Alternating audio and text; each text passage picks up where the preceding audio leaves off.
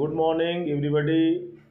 आज मैं आपको हाई स्कूल में इंग्लिश सब्जेक्ट में किस प्रकार आप अच्छे मार्क्स लाएं इसके बारे में मैं बताना चाह रहा हूं आपको। क्योंकि ऐसा होता है, high school is considered to be the backbone, और हाई स्कूल में इंग्लिश विषय में अच्छे नंबर जो लाना है, गुड मार्क्स, उसको लाने के लिए बस बच्चों आपको थोड़ा सा मेहनत करनी पड़ेगी।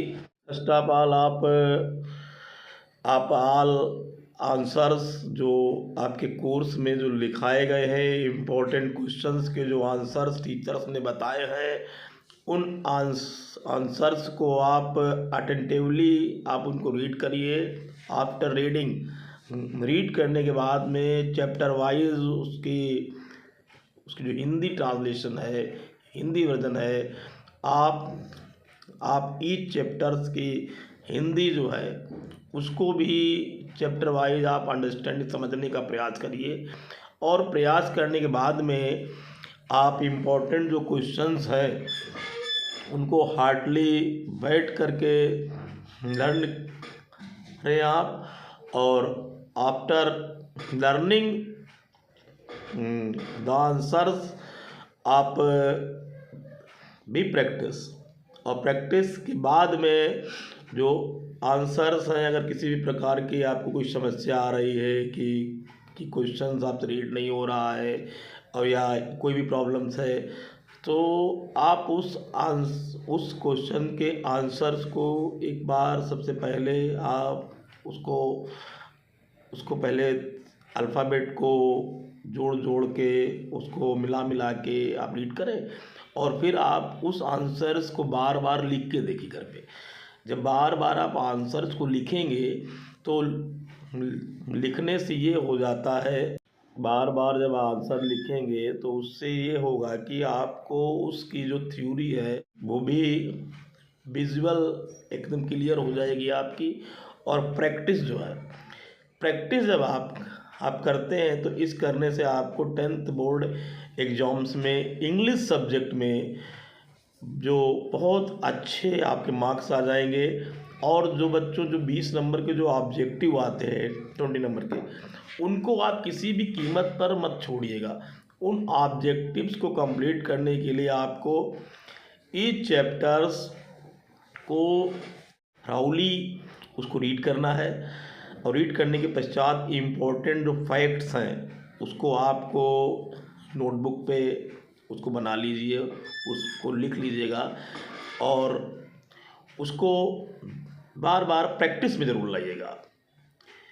कोई भी चैप्टर हो स्टार्टिंग से लेकर लास्ट तक। और जितनी भी पोएम्स हैं, पोएम्स का नेम के साथ साथ में पोइट्स का नेम भी याद रखिएगा, क्योंकि एग्ज़ाम में ऐसा होता है कि पोइट्स का नेम भी पूछ दिया जाता है।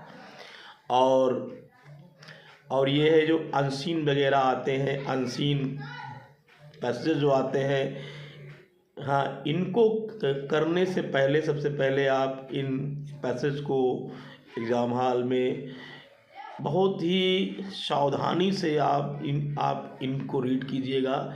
रीड करने के बाद में इम्पोर्टेंट जो लाइंस हैं, इम्पोर्टेंट मीनिंग्स हैं, उस पर पेंसिल से आप, पहली बात तो बोर्ड के पेपर में कोई भी प्रकार का कोई भी निशान बिल्कुल भी नहीं लगाया जाता है, लेकिन आप अपनी अंडरस्टैंडिंग के लिए दिमाग में आप उसको जब पैसेज हल कर रहे हैं तो माइंड में ही आप उसको बिल्कुल दिमाग में रखिए कि क्या क्या इम्पोर्टेंट फैक्ट्स हैं हमारे। सबसे पहले आप इसको अपने होम एग्ज़ाम जो आपके होने वाले हैं अभी विद्यालयों में, और आप अनसॉल्व्ड जो पेपर्स वगैरह होते हैं, क्वेश्चन बैंक के पीछे पेपर दिए होते हैं, उनको भी हल कीजिए।